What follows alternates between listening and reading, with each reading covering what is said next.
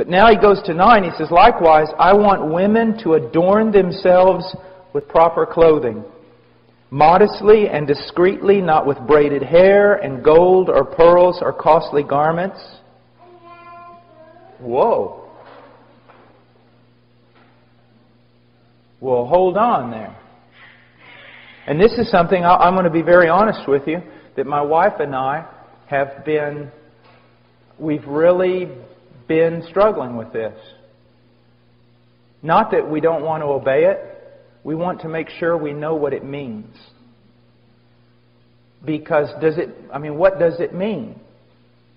Because we've been given some terms here, and they're not, we almost look at this and say, why didn't you give us more? Give us a rule. Give us, something that we can just follow.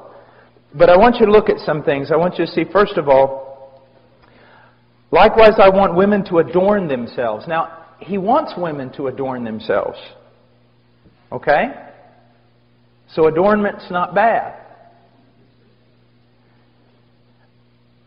But that adornment, we're going to see, is in verse 11.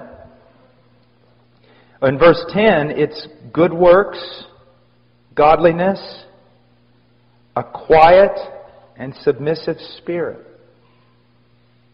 Now, but let's go on. He says, I want women to adorn themselves with proper clothing. That tells me that there is clothing that's improper for a Christian woman. All right? That's just logic. There is clothing that is improper for a Christian woman.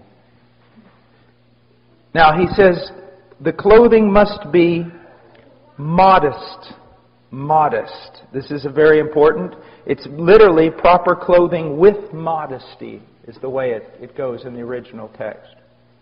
So, with modesty. My wife has a really good thing that she says, and she goes, if your clothing is a frame for your face from which the glory of God is to shine, it's proper. If it draws attention to your face. If your clothing draws attention to your body, to outline it, to make it noticed, then it's sensual. It's sensual. What you're doing is wrong.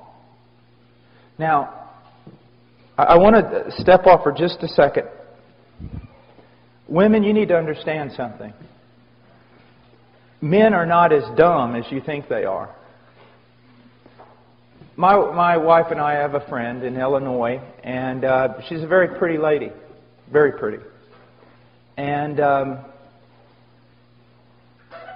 if she walked in that door right now, every man in this room, if he turned and saw her, this is what they would say. Well, that's a very pretty lady. That's a very elegant lady. That's a beautiful lady. And that's what they would think. But ladies, there are also women that aren't half as attractive as that lady I just described to you, either in their face or in their body, and they could walk in that door, and the moment every man heard the door open and he looked over there, if he was a godly man, he would have to go like this. Because it's not beauty, it's sensuality. And even though you can't exactly write down the rules and put it all on paper, when you see it, you know it. There is a difference between beauty and sensuality. And God is not against beauty. He is against sensuality.